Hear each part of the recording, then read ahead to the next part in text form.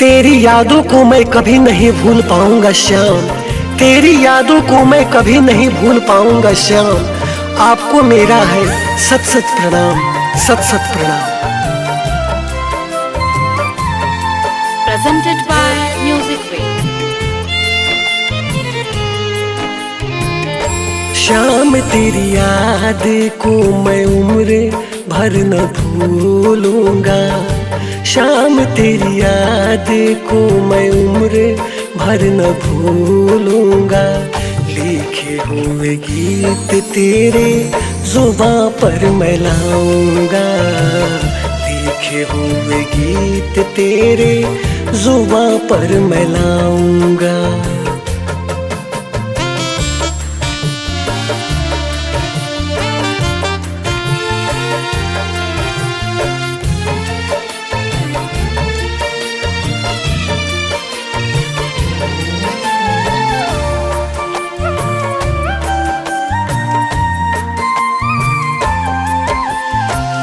कितने जनों को तू तारे बनाया, अपने ही गीतों से तू प्यार बरसाया।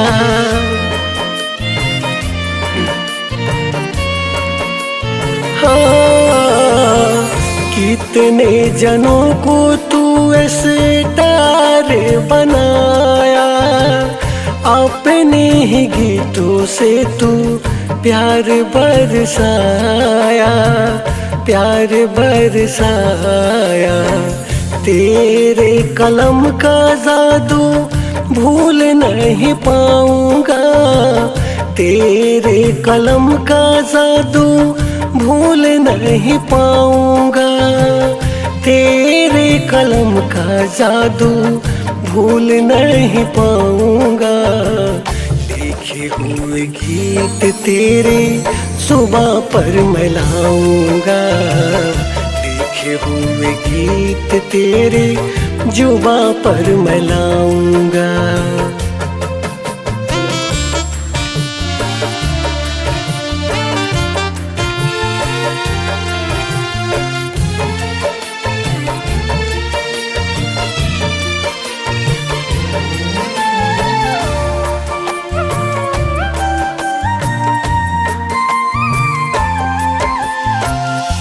तेरी जुदाई अब तो सहा नहीं जाए, तुझसे बिछड़ के अब तो रहा नहीं जाए।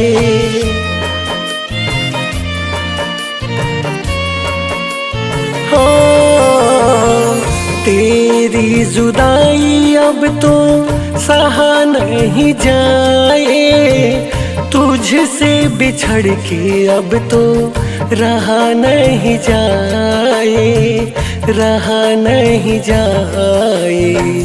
तेरे ही नगमों को मैं हर पल गुनगुनाऊंगा, तेरे ही नगमों को मैं हर पल गुनगुनाऊंगा, तेरे ही नगमों को मैं हर पल गुनगुनाऊंगा।